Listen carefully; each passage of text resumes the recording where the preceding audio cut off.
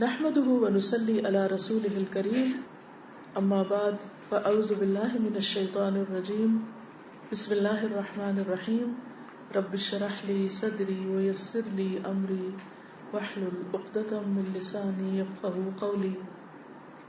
تو پچھلے ہفتے میں ہم نے جو پڑھا تھا بچوں کے بارے میں، آپ میں سے کوئی اپنا ایکسپیرینس شیئر کرے گا؟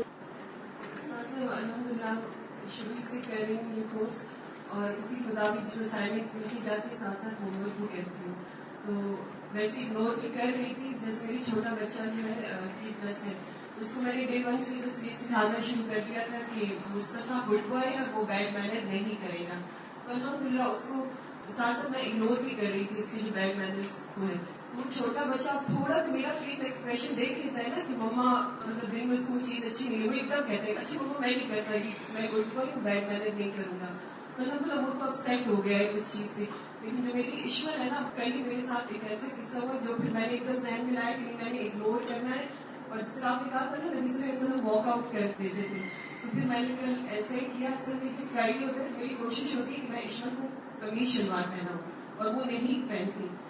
تو میرا یہی رویہ اس کے ساتھ ہوتا تھا کہ میں اس کو کبھی زبردستی یا کبھی وہ نہ بھی پہنے تو وہی تھوڑا لان تان کر کے تم نے مما کی بات نہیں مانی، تم نے کیوں نہیں پہنا فرائیڈے کو. تو کل بھی اس طرح میں نے نکالی اور میں کچن میں کھڑی تھی. تو اس نے چھوٹے بھائی کو بھیجا اور کہا کہ مما کو میں نے یہ شلوار قمیض آج نہیں پہنی. تو چھوٹا بیٹا میرا آ گیا کہ مما ایشو کہہ رہی اس نے نہیں پہنی ہے، اس نے جینس پہننا ہے جو بھی اپنی چوائس کا. تو ایک دم سے میرے ذہن میں بھاگوں اور کہوں کہ ایشو تم ہمیشہ ایسی کرتی ہو. پھر ایک دم الحمدللہ ذہن میں یہ آئے کہ نہیں اگنور کرنا ہے اور میں نے سامنے نہیں جانا اس کے. میں نے مصطفیٰ کو کہا کہ ایشور کو کہ اپنی مرضی سے کپڑے نکال لیں. تو پھر الحمدللہ 10 منٹ بعد ایشور شلوار قمیض پہن کے خود میرے سامنے کھڑی تھی. تو الحمدللہ استاذہ مجھے یہ بھی ریئلائز ہوا لاسٹ ویک میں جو لیکچر بھی تھا اور آپ جو صحابہ کرام کی جو بتا رہی تھی، جس سے مجھے یہ فیل ہو رہا تھا کہ صحابہ کرام اس لیے فیس ایکسپریشن سے جج کرتے تھے کہ ان کو محبت تھی نبی صلی اللہ علیہ وسلم سے، اور ان کو یہ بھی پتا تھا کہ نبی صلی اللہ علیہ وسلم کو ان سے بھی محبت ہے. تو مجھے پتا ریئلائز ہوا کہ ایشور کو پتا ہے کہ مما کو محبت ہے ایشور سے، اس لیے اس نے جزاک اللہ خیر. کیونکہ جب بچوں کو اعتماد ہوتا ہے کہ ہمارے ماں باپ ہم سے محبت کرتے ہیں اور ہمیں بھی ان کو ہرٹ نہیں کرنا، اور اگر نہیں بھی دل چاہ رہا تو ان کی خوشی کے لیے بھی کچھ کرنا، پھر ایک سٹیج آتی ہے کہ وہ اس سے آگے بھی بڑھ جاتے ہیں کیونکہ وہ بھی گرو کر رہے ہوتے ہیں نا. جس طرح انسان فزیکلی گرو کر رہا ہوتا ہے، اسی طرح مینٹلی بھی، ایموشنلی بھی، ہر اعتبار سے سیکھ رہا ہوتا ہے. اور ہر سیکھنے کے عمل میں، پروسیس میں بہت سی مشکلات بھی ہوتی ہیں. تو اس لیے انسان کو سکھاتے ہوئے بھی صبر سے کام لینا چاہیے اور دوسرے کو مہلت دینی چاہیے، اسپیس دینی چاہیے کہ وہ آگے بڑھ سکے. تو انشاءاللہ تعالی ہم آگے شروع کریں گے. آج کے لیے پچھلی چیزوں کو بھی ساتھ ساتھ رکھتے ہوئے ہم پڑھ چکے ہیں کہ بچوں کی اصلاح کے لیے، تربیت کے لیے، گروتھ کے لیے محبت، شفقت، کیئر، کنسرن، کائنڈنس، انعامات اور نرم رویوں کے علاوہ اگر ان کی مزید اصلاح نہ ہو تو ان کے پریشان کن رویوں پر انہیں ڈسپلن بھی کرنا ہے، جس کے لیے ان کو بعض اوقات اگنور کیا جائے گا اور بعض اوقات سختی سے بھی کام لیا جائے گا. اگر کوئی بچہ پیار محبت سے، سمجھانے سے، دلیل دینے سے بات مان جاتا ہے تو ٹھیک، اور اگر نہیں مانتا تو اگنور کرنا ہے. اور اگر اگنور کرنے سے بھی بات نہیں بنتی تو پھر ضروری حد تک سزا بھی دینا ہے. وہ کتنی دینی ہے، کب دینی ہے، کیسے دینی ہے، یہ جاننا بہت ضروری ہے. کیونکہ محبت کے ساتھ سختی بھی بہرحال اس کو بیلنس کرتی ہے اور اصلاح کے لیے بہت ضروری ہے. جہاں ضرورت نہ ہو وہاں بے جا سختی کی بھی ضرورت نہیں، بے وجہ سختی بھی نہیں کرنی چاہیے، لیکن جہاں ضرورت ہو وہاں کرنی ہوگی. تو آج ہم دیکھ رہے ہیں کہ پریشان کن رویے جو ہیں، جو کسی بھی طرح درست ہونے میں نہیں آ رہے، ان کی حوصلہ شکنی کے لیے، ان کو ٹھیک کرنے کے لیے مؤثر سزا دینا ضروری ہے. مؤثر سزا، افیکٹو پنشمنٹ. یہ صرف سزا نہیں بلکہ ایسی سزا جس سے کوئی بہتر نتیجہ نکلے. یعنی سزا کسی کو تکلیف دینے کے لیے نہیں ہے. سزا کا مقصد کسی سے ریونج لینا نہیں ہے. سزا کا مقصد کیا ہے؟ اصلاح. یہ ذہن میں رہے. اور خصوصی طور پر جب بچے چھوٹے، کیونکہ جب بڑے ہو جاتے ہیں تو پھر بعض اوقات کوئی بھی چیز پر کام نہیں دیتی. عربی کا ایک شعر ہے، قد ينفع الادب الاولاد في صغر وليس ينفعهم من بعده ادب ان الغصون اذا عدلتها اعتدلت ولن تلين ولو لينته الخشب. بچوں کو بچپن میں ادب سکھانا فائدہ دیتا ہے، اور عمر گزرنے کے بعد انہیں کسی قسم کا ادب فائدہ نہیں پہنچاتا. یعنی خاص حد سے جب اوپر چلے جاتے ہیں، خود سر ہو جاتے ہیں، تو پھر سختی بھی بعض اوقات فائدہ نہیں دیتی. ٹہنیوں کو اگر آپ سیدھا کرنا چاہیں تو سیدھی ہو جاتی، لیکن ٹہنیاں جب لکڑی بن جائیں تو اس کو نرم کرنا بھی نرم اور لچکدار نہیں بناتا، پھر ان کی ٹریٹمنٹ بہت مشکل ہو جاتی. پیچھے ہم نے پڑھی تھی یہ بات کہ جو اصول، ضابطے، ڈسپلن، طریقے ہم بچوں کی اصلاح کے لیے، تربیت کے لیے خود طے کریں ان کے ساتھ مل کر مشورے سے، پھر فالو اپ بھی کریں، ان پہ قائم رہیں، جو وعدے ہم ان سے کریں وہ پورے کریں. اس طرح ان کے اندر خود اعتمادی پیدا ہوتی ہے. ماں باپ پر بھی وہ اعتماد کرتے ہیں جب وہ ماں باپ کو سچا پاتے ہیں. جو ماں باپ خود کسی اصول ضابطے کے پابند نہیں ہوتے، وہ بچوں سے کوئی پابندی نہیں کرا سکتے. تو چونکہ ہمارا موضوع ہے ہم اور ہمارے بچے، تو بچوں کے ساتھ ساتھ ہمیں اپنی بھی اصلاح کرنی ہے. ٹھیک ہے نا؟ ساتھ ساتھ یہ دیکھنا کہ ہماری غلطیاں کہاں ہیں، ہماری کوتاہی کیا ہے، ہم خود کیا نہیں کر رہے جس کی بچوں سے توقع رکھ رہے ہیں، اور ہم خود کون کون سی باتیں کہہ کے خود ہی سیلف کنٹرڈکشن کا شکار ہیں. وہ خود ہی اس کا انکار کر دیتے ہیں، ایک دن ایک بات کہتے ہیں، اگلے دن دوسری، اور خود بھی پریشان ہوتے اور بچوں کو بھی حیران چھوڑ دیتے ہیں. انہیں سمجھ نہیں آتی کہ ماں باپ چاہتے کیا ہے ہم سے. وہ ایک چیز کرنے لگتے تو آپ کہتے ہیں نہیں اب یہ نہیں کرو، وہ دوسرا کرنے لگتا ہے آپ اس سے روک دیتے ہیں. تو اس طرح بچے بہت ڈسٹرب ہو جاتے ہیں، مینٹلی ڈسٹرب ہو جاتے ہیں، عملی طور پر پریشان ہوتے ہیں. لیکن جب ہم اپنے اصولوں پر کاربند رہتے ہیں، اپنی کہی ہوئی باتوں پہ جمے رہتے ہیں، اور بچوں کے ساتھ خود اعتمادی سے معاملہ کرتے ہیں، ہمارے اپنے اندر بھی کانفیڈنس ہوتا ہے، تو بچوں کو سمجھ آ جاتی ہے، اور پھر اکارڈنگلی وہ بینڈ ہونے لگتے ہیں. آپ جس طرح ان کو گھڑنا چاہتے ہیں، مولڈ کرنا چاہتے ہیں، وہ ہونے لگتے ہیں، کیونکہ ان کو پتا ہے کہ راستہ یہی ہے، اب ادھر ادھر نہیں جا سکتے، یہاں رک نہیں سکتے، ہمیں کرنا ہی کرنا ہے. ٹھیک ہے نا؟ اسی طرح بات ہوئی تھی برے رویے کو نظر انداز کرنے کی. تو اس کا مطلب یہ ہے کہ اگرچہ نظر انداز کرنا مسئلے کو حل کرنے کا ایک طریقہ ہے، لیکن that is not the ultimate solution for everything. ہر چیز صرف نظر انداز کرنے سے حل نہیں ہوگی. At times آپ یہ اصول استعمال کریں گے، ہر وقت نہیں. This is one method. جیسے تعریف ایک طریقہ ہے، توجہ، محبت، اسی طرح یہ بھی بس ایک طریقہ ہے. اب اصل میں وزڈم تو آپ کی ہے، اللہ سے مانگیے وہ کہ مجھے کس وقت کون سا طریقہ کرنا ہے، کہاں پیار کرنا ہے، کہاں سنجیدگی اختیار کرنی ہے، کہاں ڈانٹ ڈپٹ سے کام لینا ہے، کہاں اگنور کرنا ہے، کہاں سزا دینی. یہ ہمیں سیکھنا پڑے گا اور اللہ سے مانگنا پڑے گا کہ اللہ ہم کو یہ سمجھ دے. تب انشاءاللہ یہ سارے چیزیں اپنی اپنی جگہ پر فائدہ پہنچائیں گی. مثلا آپ دیکھیے، جب آپ کچن میں کھڑے ہوتے ہیں تو کئی قسم کی چھریاں ہوتی ہیں نا. کس وقت کون سی نکالتے ہیں؟ گوشت کاٹنے کے لیے اور نکالیں گے، لہسن کے لیے اور، فروٹ کے لیے اور، کھانے کے لیے کچھ اور. ایسا کیوں؟ اس کی کیا وجہ ہے؟ اس کی وجہ یہ ہے کہ ہر چھری ہر چیز میں نہیں چلتی.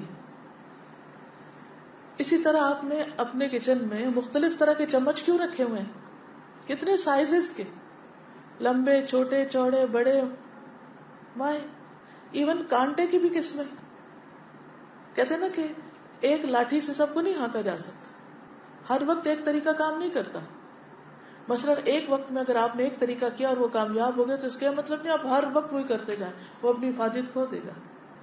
اسی طرح آپ دیکھیں کہ جب آپ ڈاکٹر کے پاس جاتے ہیں تو جب وہ آپ کو گلا چیک کرتا ہے تو کچھ اور نکالتا ہے، اگر آپ کا کان چیک کرتا ہے تو کچھ اور نکالتا ہے. اسی طرح ٹریٹمنٹ کے لیے بھی ڈفرینٹ دوائیاں ہوتی ہیں, ان کی پوٹینسیز ڈفرینٹ ہوتی ہیں, ان کے ٹائمنگز فرق ہوتے ہیں. تو اگر بچے اخلاقی طور پر بیمار ہو چکے ہیں تو اس کے لیے ہمیں صرف ایک دوائی سے, پیراسیٹامول سے نہیں کام چلے گا. سر درد ہے یا بخار ہے یا پیٹ درد ہے یا کان میں درد ہے یا آنکھ میں کچھ ہے, بس یہی کھا لو. اس سے کیا ہوتا ہے, وقتی طور پر پین سبسائڈ ہو جاتی, لیکن مرض نہیں جاتا, مرض وہیں کھڑا ہے. تو مرض کو دور کرنے کے لیے آپ کو صحیح وقت پر صحیح انسٹرومنٹ استعمال کرنا ہوگا, تب فائدہ ہوگا. تو نظر انداز کرنا مسئلے سے نمٹنے کا ایک طریقہ ہے. آج ہم کچھ اور طریقے بھی بتائیں گے تاکہ وہ طریقے آپ جان لیں اور پھر آزما لیں. ان طریقوں میں ایک طریقہ کچھ خرابیوں کی اصلاح کے لیے سزا دینا ہے, پنشمنٹ. پنشمنٹ کیا ہوتی ہے؟ برے رویے کی حوصلہ شکنی کرنے کے لیے, برے رویے کو کرب کرنے کے لیے, ختم کرنے کے لیے, وہ بھی ایک طریقہ ہے. لیکن صرف سزا نہیں, مؤثر سزا, افیکٹو پنشمنٹ ہونی چاہیے. اور افیکٹو پنشمنٹ کون سی ہوتی ہے؟ جس کے کچھ اصول ہوتے ہیں, جس کے کچھ طریقے ہوتے ہیں. اس میں سب سے پہلی بات تو یہ ہے کہ انف ریزن ہونی چاہیے سزا دینے کے لیے, معقول وجہ. یہ نہیں کہ وہ بےچارے بھول جائیں تو آپ ایک لگا دیں, وہ کوئی بھی چھوٹی سی بھی آپ کی نافرمانی کرے تو آپ ان کا کھانا پانی بند کر دیں اور بات بات پہ آنکھیں نکالیں ان کو اور بات بات پہ کان کھینچیں. نہیں, یہ طریقہ ٹھیک نہیں. واقعی کوئی سزا کی وجہ ہونی چاہیے, کوئی بہت بڑا جرم ہونا چاہیے. مثلا حضرت عائشہ کہتی ہیں کہ اللہ کی قسم آپ صلی اللہ علیہ وسلم نے کبھی اپنے ذاتی معاملے میں کسی سے بدلہ نہیں لیا, البتہ جب اللہ کی حرمتوں کو توڑا جاتا تو آپ بدلہ لیتے تھے. اس سے ہمیں ایک بڑا اصول مل گیا بچوں کو سزا دینے کے لیے بھی.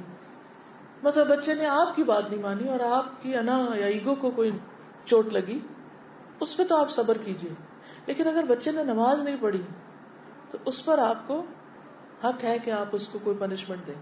مثلا اس کی کسی پسندیدہ چیز, کسی ایسی چیز سے جس کا آپ نے وعدہ کر رکھا ہے, اس کو ڈیلے کر کے, یا کوئی بھی طریقہ, وہ آگے ہم دیکھیں گے کیا کیا چیزیں ہو سکتی ہیں. ہم الٹ کرتے ہیں, دین کی حرمتیں جتنی مرضی پامال کرے, کوئی سزا نہیں, کوئی پوچھ نہیں, کوئی رکاوٹ نہیں, کوئی نہیں, اللہ غفور الرحیم ہے, معاف کر دے گا, ابھی چھوٹے ہیں, ابھی بچے ہی تو ہیں. لیکن اگر وہ ہماری شان میں کوئی گستاخی کرے تو پھر ہم صبر نہیں کر سکتے. تب آپ دیکھیے کہ یہ تو تربیت نہ ہوئی, کیونکہ آپ نے اپنی ذات کو زیادہ بڑھا چڑھا کے پیش کیا ہوا بچوں کے سامنے اللہ رب العزت کے مقابلے میں بھی. ہونا کیا چاہیے کہ آپ سے زیادہ وہ اللہ سے ڈرنے والے ہوں. یہ ہے اصل تربیت. آپ کی عظمت سے زیادہ ان کے دلوں میں اللہ کی عظمت ہو, آپ کی محبت سے بڑھ کر اللہ کی محبت ہو. یہ ہے ٹارگٹ جس کو ہم نے اچیو کرنا ہے, یہ ہے جو ہمیں ان کو بنانا ہے. ہم نے ان کو اپنا غلام نہیں بنانا. اگر ان کے دل میں اللہ کی محبت آ جائے گی تو وہ ہمارے بھی فرما بردار خود ہی بن جائیں گے. پھر ہمیں اپنا فرما بردار بنانے کے لیے کوئی بڑی کوشش کرنی نہیں پڑے گی, کیونکہ وہ اللہ کا تقویٰ ہوگا جو ان کو ہمارا فرما بردار بنائے گا. لیکن ہم یہ نقطہ عام طور پر بھول جاتے ہیں. پھر آپ دیکھیے کہ مؤثر سزائیں جو ہیں ہر وقت کام نہیں کرتی. مسلسل کنسسٹنسی کے ساتھ جو اصول اور ضابطے ہم بناتے ہیں, فرملی ان کو امپلیمنٹ کرنا جو ہے یہ زیادہ فائدہ مند ہوتا ہے. لیکن یہ یاد رکھیے کہ ہر کام کرانے کے لیے سزا, یا ہر برا رویہ دور کرنے کے لیے سزا نہیں, بلکہ اپنے جو اصول ضابطے ان تک واپس لانا. کریے اسٹے ہیئر, اس لائن پہ چلو, اس ٹائم تک کرنا ہے, اس پہ فرمنس. یہ نہیں کہ جب انہوں نے نہیں کیا تو پھر 2-4 لگا دی اور غصہ ٹھنڈا کر لیا. نو, ان کو واپس اس لائن پہ لا کے کھڑا کرنا. ہیئر مثلا امیگریشن کی لائن میں اگر آپ آگے جائیں تو کیا کہتے ہیں, پیچھے کرتے ہیں, آپ یہ ریڈ لائن نہیں کراس کریں. اب اس کو جرمانہ تو نہیں لگاتے. تو اسی طرح ہمیں جب بچے کو اصول توڑ رہے ہیں تو انہیں واپس لائیں, ادھر کھڑے ہوں. یہ نہیں کہ آپ ان کو ایک لگا دیں کہ یہاں کیوں آئے ہو, وہاں کھڑے ہونا تھا. نہیں, یہ غلط ہوگا لگانا اس وقت. عام طور پہ ہم ایسے ہی علاج کرتے ہیں. اس سے بچے کو ہوش بعد میں آتی ہے, اسے تو پتہ ہی نہیں تھا یہ لائن تھی, اسے تو یاد ہی نہیں رہا کہ یہ اصول بنا ہوا تھا.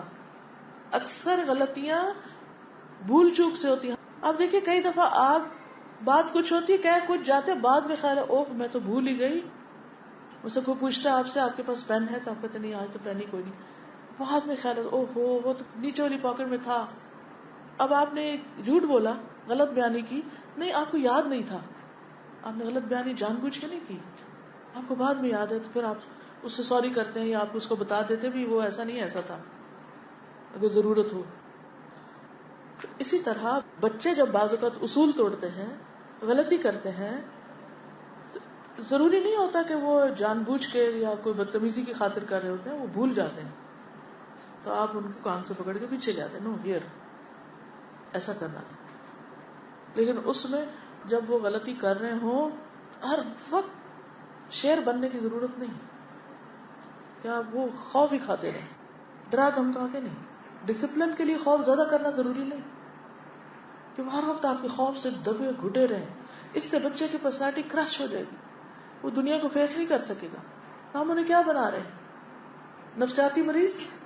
یہ کیا تربیت ہوئی کہ وہ کسی سے بھی بات کرتے ہوئے ڈرے، کسی کو فیس ہی نہ کر سکے، کیونکہ ہم نے ان کو اتنا توڑ کے توڑ دیا کہ ان کی کوئی شخصیت ہی نہ رہی.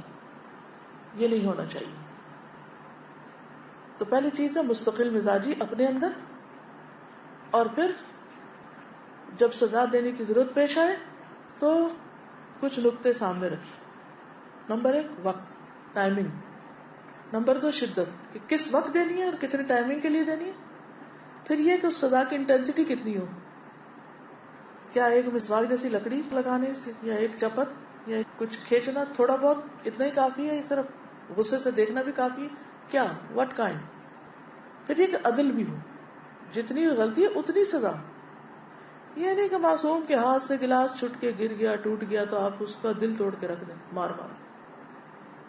گلاس تو پھر آ جائے گا لیکن اس کا ٹوٹا دل واپس نہیں جڑے گا. اس کے دل میں نفرت کے جذبات پیدا ہو چکے ہوں گے اپنے ماں باپ کے لیے کہ میرے ماں باپ کو گلاس مجھ سے زیادہ پیارا تھا، کیونکہ اس کو پتا ہے اس نے جان بوجھ کے نہیں کیا، اس کے ہاتھ سے چھوٹ گیا. لیکن ہم ماننے کو تیار ہی نہیں کہ ہم کہتے روز ہی چھوٹ جاتا ہے تم سے. اس وقت سوچے کہ ہم سے کبھی نہیں چھوٹا. جو غلطی ہم کرتے ہیں اگر بچے سے ہو گئی تو کیا ہوا.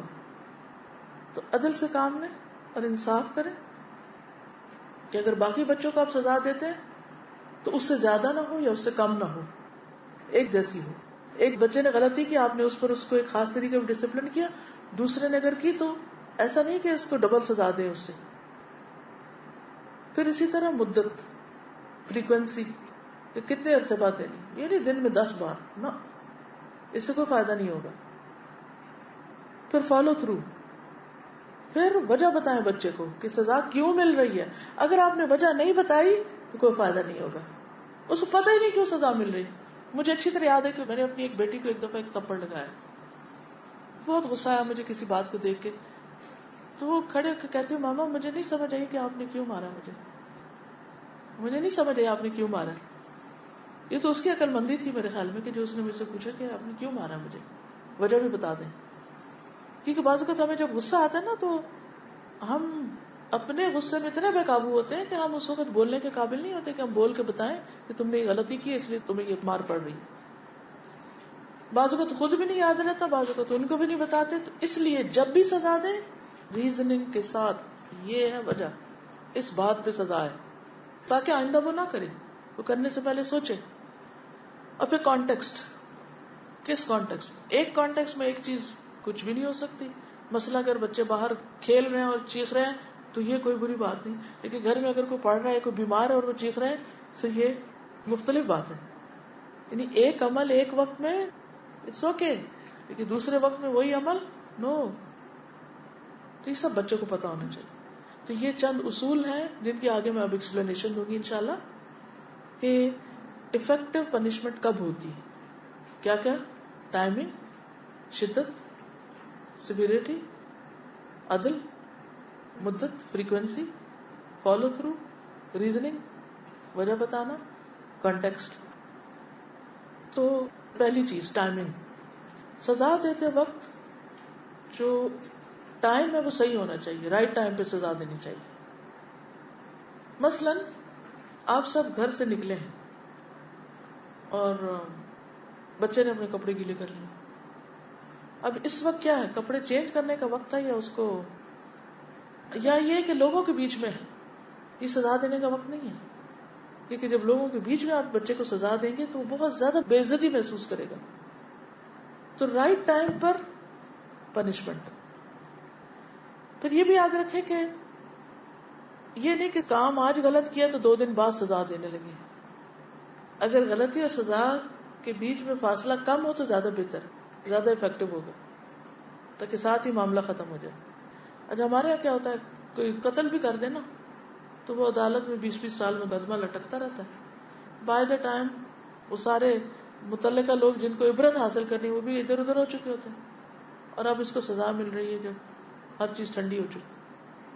اس کا فائدہ نہیں اتنا ہوگا. جو مقاصد ہے, جو روح ہے اس سزا کی, وہ ختم ہو جائے گی.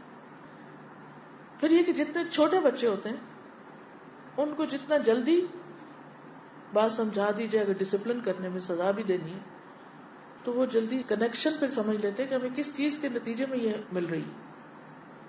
اور پھر جتنی جلدی ہم اس کے لیے ڈسپلن قائم کریں گے یا سزا دیں گے تو بچوں کے اندر وہ کنفیوژن بھی نہیں رہے گا اس بیڈ بیہیویئر کے بارے میں. ان کو پتا چل جائے گا کہ بیڈ بیہیویئر تھا, اس پر ان کو سزا مل رہی ہے. مثلاً حضرت انس سے روایت ہے کہ کچھ لوگ اکل یا ارینا قبیلوں کے مدینہ میں آئے اور بیمار ہو گئے. آپ نے انہیں حکم دیا کہ اونٹنیوں کا دودھ اور پیشاب پئیں ٹریٹمنٹ کے طور پر. تو وہ چلے گئے اونٹنیوں میں.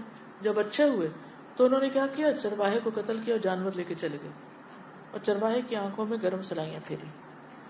جو آپ صلی اللہ علیہ وسلم کو پتا چلا کہ انہوں نے یہ ظلم کیا ہے تو آپ نے فوراً ان کے پیچھے آدمی دوڑائے اور وہ دن چڑھے ان کو پکڑ کر لے آئے.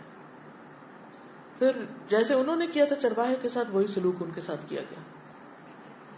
تو لوگوں کو پتا چل گیا کہ آئندہ یہ کام نہیں کرنا. کسی اور کو پھر جرأت نہیں ہوئی ایسا جرم کرنے کی. لیکن اگر آپ ان کو چھوڑ دیتے اور 1 مہینے بعد یہ سزا ہوتی تو پھر اس کی افیکٹونیس ختم ہو جاتی. پھر اسی طرح جنگ تبوک کا آپ سب کو معلوم ہے کہ جب 3 صحابہ پیچھے رہ گئے تھے تو واپس آ کر آپ نے کیا کیا. جب ان سے پوچھا گیا تو کوئی عذر نہیں تھا ان کے پاس, تو آپ نے سب کو منع کر دیا کہ ان سے بات نہیں کرنی. فوری طور پر حکم نافذ ہو گیا. 50 دن تک کسی نے ان سے بات نہیں کی. یہ ایک پنشمنٹ تھی نا, اور کتنی افیکٹو پنشمنٹ تھی. پھر اسی طرح یہ ہے کہ نبی صلی اللہ علیہ وسلم نے فرمایا جو شخص شراب نوشی کرے اسے کوڑے مارو, دوسری بار پیے پھر کوڑے مارو, تیسری بار پر بھی کوڑے مارو, پھر نہ باز آئے تو قتل کر دو. یعنی اتنی سخت بات آپ نے فرمائی کہ جب وہ جرم کرے تو اس کو ساتھ ہی سزا ملے, تاکہ آئندہ کرنے سے پہلے اس کو پتا چل جائے کہ مجھے یہ نہیں کرنا.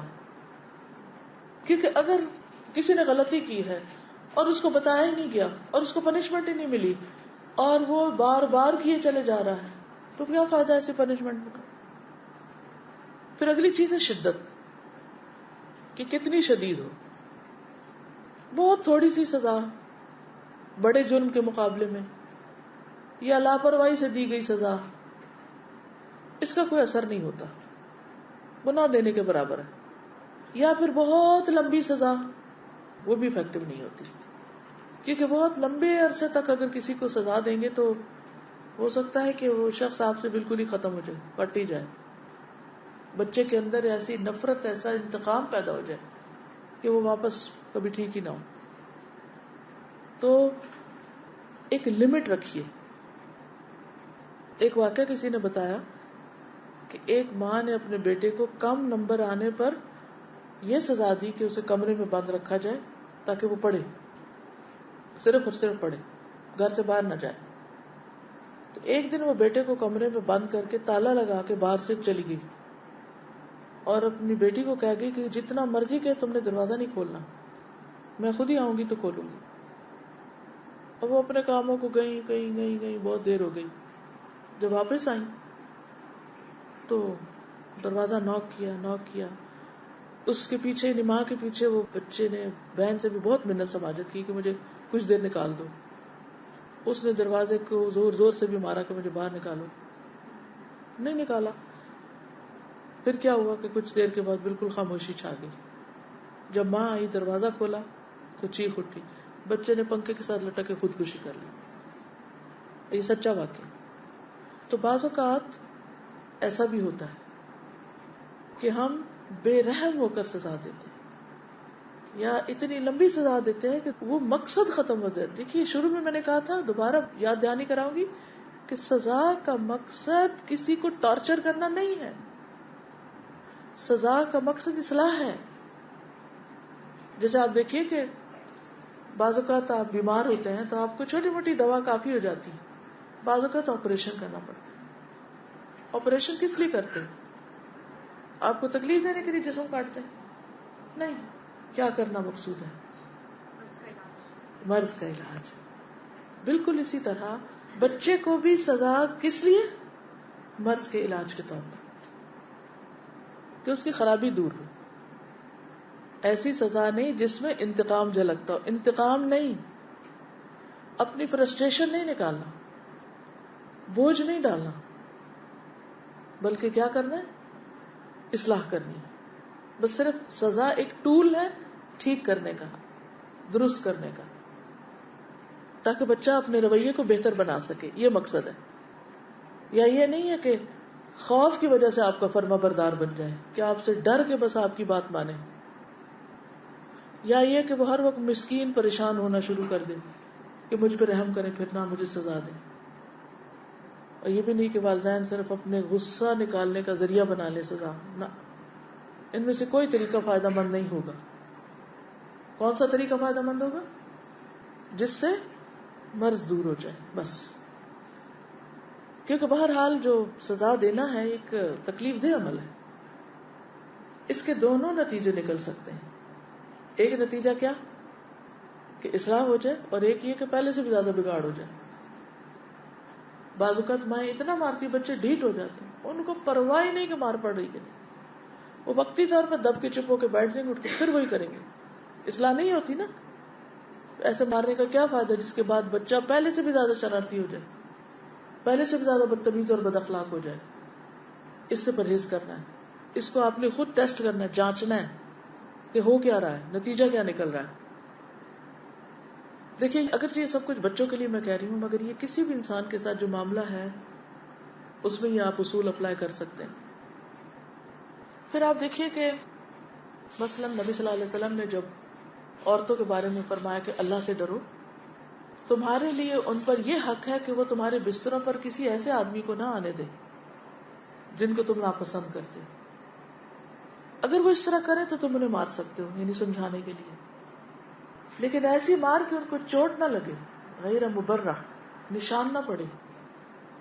اب وہ کون سی مار ہوگی جس پہ نشان نہ پڑے؟ بہت معمولی قسم کی. ایک آدمی آیا, کہنے لگا کہ اللہ کے رسول صلی اللہ علیہ وسلم, میری بیوی ہے, اس کی زبان میں کچھ ہے, یعنی بد زبان ہے, بہت تنگ کرتی ہے. آپ نے فرمایا تو پھر اس کو طلاق دے دو. میں نے کہا یا رسول اللہ, میرا ایک مدت تک اس کا ساتھ رہا ہے, اس کے ساتھ رہا ہوں میں, میرا بچہ بھی ہے. تو آپ نے فرمایا اس کو نصیحت کرو, اگر اس میں بھلائی ہے تو سمجھ جائے گی, اور ایسی مار مت مارنا جیسے تم اپنی لونڈی کو مارتی, جو غلاموں کو جیسے مارا جاتا ہے ایسے نہیں. بیوی کا ایک مقام ہے, لونڈی بھی انسان ہے, بیوی بھی انسان ہے, غلام بھی انسان ہے, بیوی بھی, کیونکہ دونوں کا سٹیٹس فرق ہے نا. تو اس لیے دونوں کے ساتھ معاملہ بھی فرق ہوگا. عام طور پر دیکھا گیا کہ جو لوگ ان پڑھ ہوتے ہیں, نہ سمجھ ہوتے ہیں, وہ ریزننگ نہیں سمجھتے. آپ ان کو نصیحت کریں وہ نہیں سمجھتے, ان کو صرف کوڑا ہی سمجھا سکتا ہے. لیکن ایک عقل مند شخص ہے, اس کی طرف تو صرف ایک نظر بھی آپ اٹھا کے دیکھیں تو سمجھ آ جائے گی, کیونکہ اس کو اپنی عزت نفس کا پتا ہوتا ہے کہ اپنی عزت کیسے کروانی. وہ موقع ہی نہیں دے گا ایسے کام کا. تو کچھ بچے بہت سمجھدار ہوتے ہیں, وہ موقع ہی نہیں دیں گے. کچھ بچے بہت ڈھیٹ ہوتے ہیں. جو بھی کیس ہو, اگر مارنا پڑے تو ایسی مار نہیں کہ جس کے مارنے کے بعد کوئی چوٹ کا نشان نظر آئے. ٹھیک ہے نا.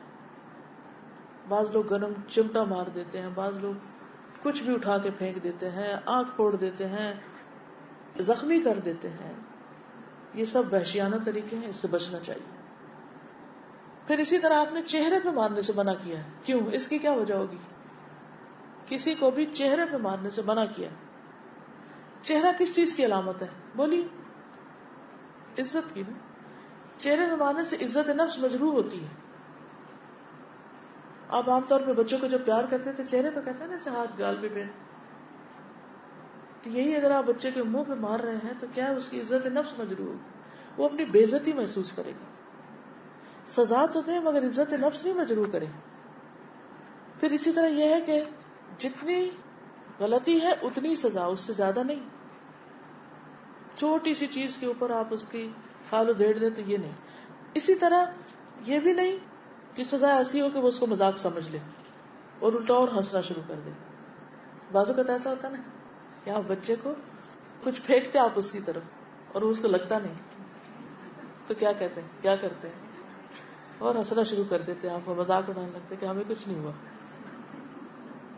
اوئے اوئے کرتے. تو دونوں کے درمیان عدل ہو، یعنی آپ فارم بھی ہوں، سیریس ہوں، یعنی خود ہی مار کے خود ہی ہنسنے لگ گئے یا خود مار کے خود رونے لگ گئے. یہ دونوں چیزیں نہیں ہونی چاہیے، کیونکہ ان ساری چیزوں سے سزا غیر مؤثر ہو جائے گی جو ہونے نہیں دینی، ورنہ وہ اصلاح نہیں ہوگی. یہ بالکل ایسی ہے نا کہ جیسے آپ کھانا بنانے لگتے ہیں تو اگر آگ بہت تیز کر دیں تو کیا ہوتا ہے، جل جاتا ہے. اگر آپ بہت ہلکا رکھیں تو کیا ہوتا ہے، آنچ ہلکی پکتا نہیں. تو بالکل اسی طرح سزا بہت زیادہ ہوگی جرم کے مقابلے میں تو بھی غیر مؤثر ہوگی، بہت کم ہوگی یا طریقہ ٹھیک نہیں ہوگا تو بھی کوئی فائدہ نہیں، افیکٹو نہیں ہوگی. تو اس کا خیال رکھنا ہے. اور انصاف کا ہونا بھی بہت ضروری ہے، فیئر ہوں آپ اپنی سزا دینے میں. جابر کہتے ہیں کہ بنو مخزوم میں سے ایک عورت نے چوری کی، اسے نبی صلی اللہ علیہ وسلم کے پاس لایا گیا تو اس نے ام سلمہ کے ذریعے پناہ مانگی. آپ نے فرمایا اللہ کی قسم اگر فاطمہ بنت محمد بھی ہوتی تو میں اس کا ہاتھ بھی کاٹتا، عدل کرتا. تو سزا دینے میں برابری، یہ نہیں کہ ایک بچے کی تو شامت آئی رہے ہر وقت اور دوسرے کو کبھی کچھ نہ کہا جائے. اس سے بچوں کے درمیان بھی ایک نفرت پیدا ہو جائے گی. کلاہ قبیلہ کے کچھ لوگوں کا سامان چرا لیا گیا، انہوں نے چند جلاحوں پہ چوری کی تہمت لگائی اور رسول اللہ صلی اللہ علیہ وسلم کے صحابی نعمان بن بشیر کے پاس آئے، آپس کا جھگڑا لے کے. تو انہوں نے جلاحوں کو گرفتار کر لیا. جب انہوں نے چوری نہیں مانی تو آپ نے ان کو چھوڑ دیا. تو لوگ نعمان کے پاس آئے اور کہا کہ آپ نے ان کو مارے بغیر چھوڑ دیا، یہ نہیں مانے کہ جب تک آپ ان کو ماریں گے نہیں. عام طور پہ ایسے ہی ہوتا ہے نا، پولیس اتنا مارتی ہے تو وہ جھوٹا اقرار بھی کر لیتے ہیں جرم کا، حالانکہ جرم نہیں بھی کیا ہوتا. تو نعمان بن بشیر جو صحابی تھے فرمایا کیا تم چاہتے ہو کہ میں ان کو ماروں؟ کہا ہاں. پھر ایک شرط کے ساتھ کہ پھر اس مارنے کے بعد ان سے سامان نکلنا چاہیے، اور اگر نہ نکلا تو پھر میں نہیں ماروں گا، پھر میں تمہیں بھی ماروں گا. تو انہوں نے کہا کہ کیا یہ تمہارا فیصلہ ہے؟ فرمایا یہ اللہ رسول کا فیصلہ ہے، عدل و انصاف کرو. پتا نا بعض اوقات کسی چوری کو الزام ہوتا ہے گھر کے سرونٹ پہ یا کسی ایسے بندے پہ جو کمزور ہو، اور پھر اس سے منواتے، وہ نہیں مانتا تو مار مار کے منواتے.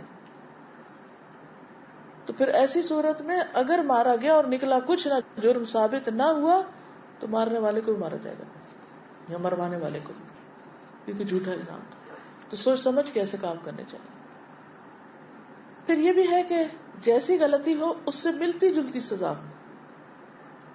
مثلا قرآن مجید سے کوئی مثال لائیے. ٹیسٹ ہے آپ کا، یہ ایک تو پیپر میں لکھتے نا آپ ٹیسٹ، کچھ یاد کریں. قصاص، یس، الحر بالحر والعبد بالعبد والانثى بالانثى. چوری ہاتھ سے ہوتی ہے نا تو ہاتھ کاٹنا، زنا پہ لیشز پورے جسم پہ، قتل کے بدلے میں قتل. ریاکار کی سزا کیا بتائے گی حدیث میں؟ دکھاوا کرنے والے کی. جو شہرت کے لیے کام کرتا ہے قیامت کے دن اس کے بارے میں کیا کیا جائے گا؟ سنایا جائے گا کہ یہ ہے وہ شخص جو دکھاوے کے لیے کام کرتا تھا، سب کے سامنے اس کی بے عزتی ہوگی. پھر اسی طرح جیسا گناہ ویسی سزا. نبی صلی اللہ علیہ وسلم نے فرمایا اے مہاجرین 5 چیزیں ہیں جن میں تم مبتلا ہوگے اور میں اللہ سے اس بات کی پناہ چاہتا ہوں کہ تم ان کو پاؤ. نمبر 1، جب کسی قوم میں بدکاری عام ہو جاتی ہے اور وہ اعلانیہ اس کا ارتکاب کرتے ہیں تو ان میں طاعون اور مختلف بیماریاں جو ان کے پہلوں میں نہیں تھی وہ پھیل جاتی ہیں، یعنی یہ اس کی سزا ہوتی ہے. جب لوگ ناپ تول میں کمی کرتے ہیں تو انہیں قحط سالیاں، سخت تکلیفیں اور بادشاہ کے ظلم دبوچ لیتے ہیں. جب لوگ زکوٰۃ ادا نہیں کرتے تو آسمان سے بارش کا نزول بند ہو جاتا ہے. اگر چوپائے نہ ہو تو ان پہ بارش نہ اترے. جب لوگ اللہ رسول کے عہد و پیمان کو توڑتے ہیں تو اللہ تعالیٰ ان پر ان کے دشمنوں کا، جن کا تعلق ان کے غیروں سے ہوتا ہے، ان پہ مسلط کر دیتا ہے اور وہ ان کے بعض اموال، مال وغیرہ چھین لیتے ہیں. اور جو لوگ اللہ کے قانون کے مطابق، اللہ کی کتاب کے مطابق فیصلہ نہیں کرتے تو اللہ تعالیٰ ان کو آپس میں لڑا دیتا ہے. اب یہ عدل ہے. جس طرح کا جرم ہے اسی قسم کی، اسی نیچر کی سزا ہے. نبی صلی اللہ علیہ وسلم نے فرمایا، جس نے کسی مسلمان کا ناحق ایک لقمہ بھی کھایا تو اللہ تعالیٰ اسے اتنا ہی جہنم کا لقمہ کھلائیں گے. جس نے کسی مسلمان کا ناحق کپڑا پہنا، اللہ تعالیٰ اسی بقدر جہنم کا کپڑا اس کو پہنائے گا. جو کوئی کسی مسلمان کے ساتھ دکھلاوے والی جگہ پر کھڑا ہوگا تو اللہ تعالیٰ قیامت کے دن اسے دکھلاوے والے مقام پہ کھڑا کرے گا. لوگوں کو بتایا جائے کہ یہ ہیں وہ لوگ جو ریاکار تھے دنیا میں. جو کسی کی زمین پہ ناحق قبضہ کرے گا تو قیامت کے دن 7 زمینوں کا طوق اس کے گلے میں پہنایا جائے گا. پھر اسی طرح عبداللہ بن عمر سے روایت ہے کہ رسول اللہ صلی اللہ علیہ وسلم کے پاس مال غنیمت پہنچتا تو آپ حضرت بلال کو حکم دیتے اور وہ لوگوں میں اعلان کرتے کہ لوگ اپنی اپنی غنیمت لے کے آ جائیں. پھر 5واں حصہ الگ کر کے باقی مجاہدین میں تقسیم کر دیا جاتا. ایک مرتبہ تقسیم کے بعد ایک شخص بالوں کی بنی ہوئی لگام لے کر آیا. کہنے لگا، یا رسول اللہ صلی اللہ علیہ وسلم، یہ مال غنیمت کا حصہ ہے. تو آپ نے پوچھا، کیا تم نے بلال کو اعلان کرتے ہوئے سنا تھا؟ کیا تم نے سنا تھا کہ بلال نے اعلان کیا 3 بار؟ اس نے کہا جی ہاں. تو آپ نے فرمایا پھر تم کیوں نہیں لائے؟ تو اس نے کچھ ایکسکیوزز پیش کیے. فرمایا اب اسے اپنے پاس ہی رکھو، قیامت کے دن لے کے آنا، اب میں اسے کبھی قبول نہیں کروں گا. یعنی آپ اس پر سخت ناراض ہوئے. اور یہ کس لیے؟ تاکہ آئندہ کے لیے لوگ اور بھی زیادہ محتاط ہو جائیں، کیونکہ کچھ کام وقت گزرنے کے بعد قبول نہیں ہوتے. جیسے صدقہ فطر ہے، عید کی نماز کے بعد وہ نہیں قبول ہوتا، وہ عام صدقہ ہو جاتا ہے. وہ فائدہ نہیں ہوتا جو عید کی نماز پڑھنے سے پہلے ہوتا ہے. اسی طرح باقی چیزیں. اگلی چیز جس کا ہمیں خیال رکھنا ہے کہ سزا مؤثر ہو، وہ ہے سزا کی فریکوینسی کا تعین کرنا. سزا جب فائدہ دیتی ہے جب وہ شاذ و نادر ہو، کبھی کبھار ہو، روزمرہ بیسس پر نہ ہو، ڈیلی نہ ہو، روزانہ نہ ہو، ورنہ اس سے بچوں کے اندر ریئیکشنز پیدا ہو جائیں گے اور پھر وہ اس کے عادی ہو جائیں گے اور اس کا کچھ فائدہ نہ ہوگا. مثال کے طور پر اگر ہم کوئی کھانا روز کھاتے ہیں تو اس کا ٹیسٹ عام سا ہو جاتا ہے، پھر وہ کوئی خاص چیز نہیں ہوتی. بس اگر آپ روز آئس کریم کھا رہے ہیں، روز کھا رہے ہیں، تو اس کو کھانے سے کوئی آپ کو خوشی نہیں ہوگی، کیونکہ آپ روز ایک چیز لے رہے ہیں. کیونکہ جس چیز سے انسان کی طبیعت زیادہ مانوس ہو جاتی ہے، یعنی آپ یوز ٹو ہو جاتے ہیں اس کے، تو اس سے کیا ہوتا ہے کہ اس کا کچھ پھر اثر ہی نہیں ہوتا. بس اگر آپ کو درد ہے اور آپ اس کے لیے پین کلر لیتے ہیں تو کچھ عرصے کے بعد وہ پین کلر اثر کرنا چھوڑ دیتے ہیں. اسی طرح اگر آپ بچے کو بار بار سزا دیے چلے جاتے ہیں، ایک بات بار بار کہے چلے جاتے ہیں، تو وہ بات اس کے لیے غیر مؤثر ہو جاتی، اس کا کچھ فائدہ نہیں ہوتا، وہ اس پر اثر ہی نہیں کرتی. تو عام طور پر ماں کو کمپلینٹ کرتے سنا گیا ہے کہ وہ کہتی ہیں کہ بچے بات ہی نہیں سنتے. کہتے ہیں کہ بچوں پہ کچھ اثر نہیں ہوتا، ہماری بات کا اثر نہیں ہے. کبھی ہم نے سوچا کیوں نہیں ہے؟ تو ہمیں ان کے علاج کی بجائے اپنا علاج کرنا ہے تاکہ ہم اس قابل ہوں کہ ہماری بات ان پہ اثر کرے، ان کی سمجھ میں آئے. تو یہاں ہمیں اپنے طریقے کو بدلنا ہوگا. ہم ساری ورکنگ ان پہ کرتے ہیں جبکہ ہاف اینڈ ہاف ہے، آدھی اپنے پہ آدھی ان پہ.